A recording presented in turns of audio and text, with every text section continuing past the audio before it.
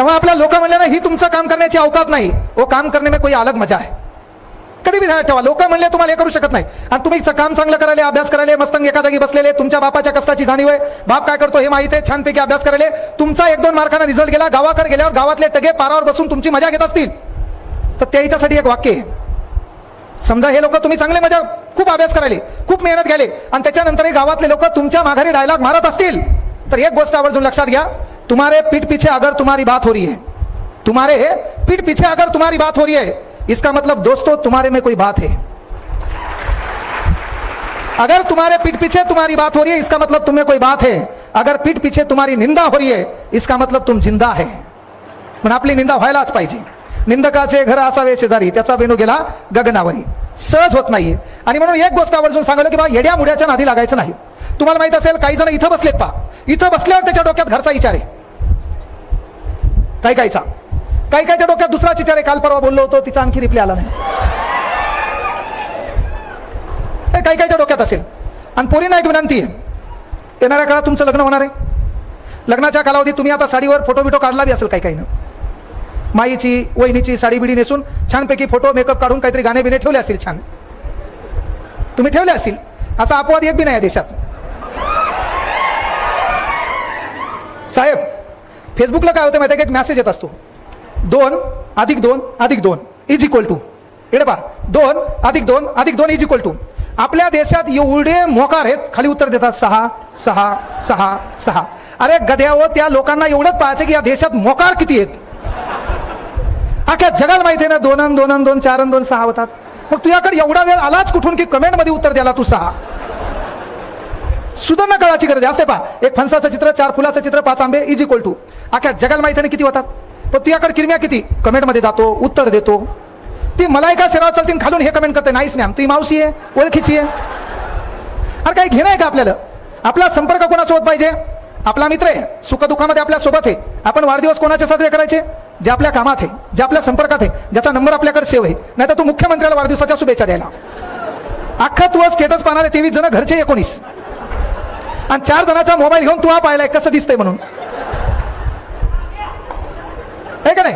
अबे तू फेसबुकला पोस्ट टाकतो, गॉगल एकाचा, शर्ट एकाचा, गाडी तिसऱ्याची, आणि आव्यासूम लुक म्हणतो.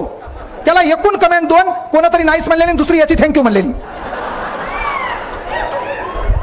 बेजार व्हायचं नाही. जगाला दाखवण्यासाठी कुठलंच काम करू नका. 8 अब्ज या जगाची लोकसंख्या आहे. या 8 अब्ज जगाच्या लोकसंख्येसाठी आपण जगात एंटरटेन म्हणून जन्माला आलो नाही, आपल्या अस्तित्वाची परख म्हणून आपण जन्माला आलो. पोरियो, तुम्ही जर तुमच्या ध्येयामध्ये थोडाफार कॉम्प्रोमाइज केला तर त्याला पस्तावा तुमचा आहे. तुमचा बाप तुमच्यासाठी राबराब राबतो, दिवस रात्र तुमच्या समस्येबद्दल. आपल्या पोरीला जवाई कसा भेटावा, तो जवाई त्याच्या मागाला बॅकग्राऊंड कसा असावं, या प्रत्येक गोष्टीचा बाप विचार करतो. कारण एक गोष्ट लक्षात घ्या, तुमचं लग्न होत असताना जेव्हा तुम्हाला पाहुणे पाहायला येतात का, आणि मग पाहुणे सांगतात आम्ही घरी गेल्यावर रिप्लाय देऊ, त्या रिप्लायमध्ये कदाचित एखाद्या घरून जेव्हा नाही रिप्लाय येतो का, तुम्हाला तरी थोडा त्रास होतो. त्याच्या 5 पट त्रास तुमच्या बापाला झालेला असतो की आपल्या पोरीला हे दलिंदर का नाही म्हणलं. त्याचा कळलं का. जेव्हा आपल्याला कोणी नाकारतंय ना, तर ते नाकारण्याचं कारण आपलं सौंदर्य असेल तर सौंदर्यापेक्षा कला गुणाला या देशामध्ये वाव आहे. तू कलेक्टर आहे, तुला एक पाय बी नसो, भारतातले लाख लोक तुला बायको करायला तयार आहेत कलेक्टर असल्यावर. तू PS आहे, तू दिसायला कशी का असं ना, की ते क्लास 1 अधिकारी देखील तुझ्यासोबत लग्न करायला तयार होतील. या देशात कला गुणाला वाव आहे.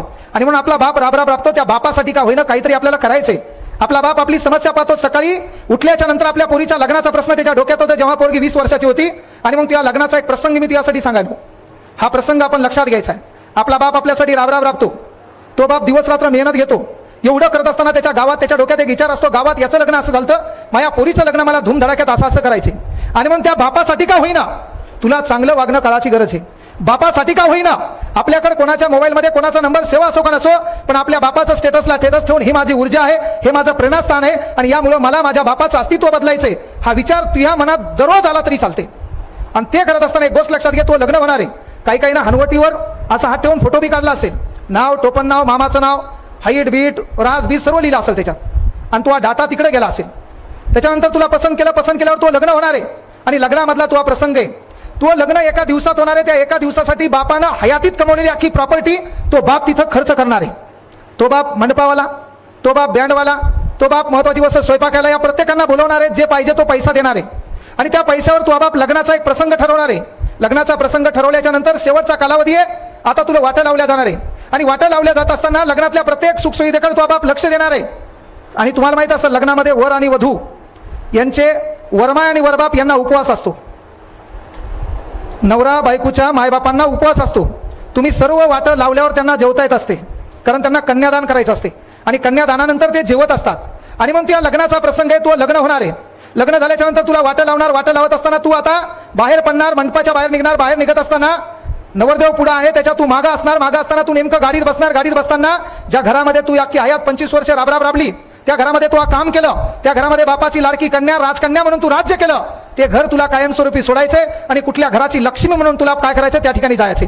ते जात असताना जेव्हा गाडीच्या तू दरवाजामध्ये नेमकं पाऊल ठेवणार, पाऊल ठेवताना तुझी नजर मागं जाणार. मागं तुझी नजर तुझ्या माईकडे पडणार.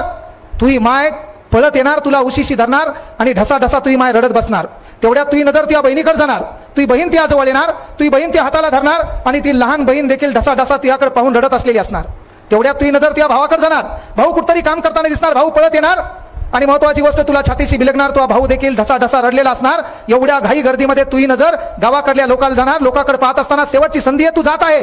अख्खं गाव रडताना दिसणार, आजी रडताना दिसणार, आजोबा रडताना दिसणार, अख्खं गाव रडताना दिसणार. आणि रडता रडता तुझी नजर तुझ्या बापाकडे जाणार. बाप तुला मंडपामध्ये कुठेतरी काम करताना दिसणार, कोणाला तरी वाढताना दिसणार, वाडेकऱ्यांना बोलताना दिसणार. कुठेतरी साड्याचा प्रसंग आहे, कुठेतरी पाहुणे, कोणते पाहुणे जेवायचे राहिलेत त्यांना आवाज देणार. पाण्याचा प्रश्न आहे, भाजीचा प्रश्न आहे, तो प्रश्न मिटवताना बाप तुला राबताना दिसणार. शेवटी तू गाडीत बसणार आहे. बसताना पुन्हा तुझ्या माईकडे नजर जाणार. माय जवळ येणार, माय ढसा ढसा रडलेली असणार. तुझी नजर बहिणीकडे जाणार. बहीण तू हात सोडायला तयार नाही, ती बहीण देखील ढसा ढसा रडत असणार. भाऊ बाजूलाच उभा आहे. तो भाऊ गाडीच्या दरवाजावर हात ठेवून ढसा ढसा रडत आहे. तुझी आजी रडत आहे, गावातले लोक रडत आहे. पुन्हा काचातून तुझी नजर तुझ्या बापाकडे जाणार. बापाकडे पाहिल्यावर बाप तू हा कुठतरी कामामध्ये व्यस्त असताना दिसणार. गाडी चालू होणार. चालू होताना माय हात सोडायला तयार नाही, आजी हात सोडायला तयार नाही, भाऊ हात सोडायला तयार नाही. अख्खे जण रडत आहेत. रडता रडता गाडी चालू झाली. अख्खे जण रडत आहेत. बापाला कोणीतरी आवाज दिला, शेवटचा क्षण आहे, आपलं पिलू चाललंय. आणि तेवढाच आपला बाप येणार, आपल्या पोरीला छातीशी लावणार, डोक्यावर आशीर्वाद देणार. बाळा ताण घेऊ नको, मी जिवंत आहे. तू गाडीमध्ये बसणार. तू गाडीमध्ये बसल्याच्या नंतर पुन्हा तुझी नजर जाणार. तुझी माय रडताना दिसणार, तो भाऊ रडताना दिसणार, तुझी बहीण रडताना दिसणार, अख्खं गाव रडताना दिसणार. पुन्हा काचातून तू मागं वळून पाहणार. तो बाप कुठतरी कामामध्ये धीर गंभीर चेहऱ्यामध्ये कुठतरी मदत करताना दिसणार. गाडीत बसल्यावर त्या ठिकाणी तू गाडीत विचार करणार, ज्या घरामध्ये 25 वर्ष मी राबले, ज्या घरामध्ये अहोरात्र मी मेहनत केली, कधी दप्तर मागण्याचा प्रश्न आला तर माझ्या मोठ्या भैयाला दप्तर आलं, ते दप्तर माझ्या वाट्याला आलं नाही. मी कधी पुस्तक मागितलं, माझ्या बापाने माझ्या पुस्तकाचा विचार केला नाही, मात्र माझ्या मोठ्या भैयाला पाहिजे ते पुस्तक आणून देण्याचा प्रयत्न केला. त्याचं दप्तर फाटलेलं मला दिलं, मी त्या गरजा भागवल्या. आज कायमस्वरूपी घर सोडून जात आहे आणि त्या काचातून वळण पाहते तर माझी माय रडताना दिसतीये, माझा भाऊ रडताना दिसतोय, माझी बहीण रडताना दिसते, अख्खं गाव रडताना दिसते. ज्यांचा काही संबंध नाही ते लोक रडताना दिसतात. मात्र माझा बाप आजही निष्ठुरपणे त्या मंडपात माझ्याकडे पाहून न पाहिल्यासारखा करतो. असा कदाचित विचारही तुझ्या मनात आलेला असेल. तू घरी जाणार, रात्रीचे 11 वाजणार. तो बाप इकडे मंडपामध्ये येणार. मंडपामध्ये आल्यावर तो बाप म्हणणार मंडपावाल्याला, तुझे किती पैसे झाले? आज जे काय पैसे ते घेऊन टाक, उद्या माझ्याकडे असतील का नाही शंका आहे. तो बाप बँडवाल्याला बोलवणार, तुझे किती पैसे झाले? आज जे काय पैसे ते घेऊन टाक, उद्या माझ्याकडे असतील का नाही शंका आहे. तो बाप स्वयंपाकाला बोलणार, तुझे किती पैसे झाले? जे काय पैसे ते आज घेऊन टाक, उद्या असतील का नाही शंका आहे.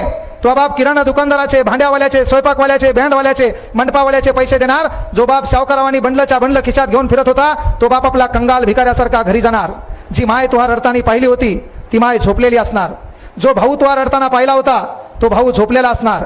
जी बहीण तुहा रडताना पाहिली होती ती बहीण झोपलेली असणार. जे गाव तुहा रडताना पाहिलं होतं ते गाव झोपलेलं असणार. अलगद तुहा बाप जाणार, कडी उघडणार, घरात आवाज येणार नाही, असा स्तब्ध पावलाने आपला बाप घरी जाणार. घरी गेल्यावर ज्या रूम मध्ये तू राहते त्या रूम मध्ये प्रवेश करणार. कुठंतरी 10वी 11वी 12वीला तुझा सत्कार झालेला असेल, तुला प्रमाणपत्र भेटलेलं असेल, एखादी ट्रॉफी भेटलेली असेल, तो पंजाबीचा ड्रेस असेल, तो शाळेतलं दप्तर असेल, त्या दप्तराला तो बाप हात लावणार.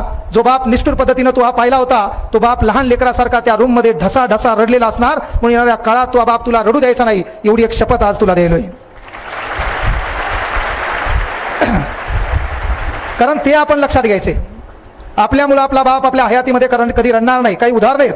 ऐऱ्या गैऱ्यानं तू खऱ्यासोबत पळून गेलेली पोरगी बाप शेवटची विनंती करतो घरी चल, तेव्हा जर ती बापाच्या त्या विनंतीला धुडकारत असेल तर तशा अवलादी मायबापाच्या पोट्याला न जन्माला आलेल्या बऱ्या, तशा पोटाला न जन्माला आलेल्या बऱ्या. आणि पोरो, माझा एक व्हिडिओ तुम्ही पाहिला असेल की जवळपास 2.5 कोटीवर गेलाय. मी म्हटलं होतं की तुमच्या जीवनात एखादी पोरगी असली नसली तरी चालतंय, पण तुमच्या जीवनात एखादा दलिंदर मित्र पाहिजे.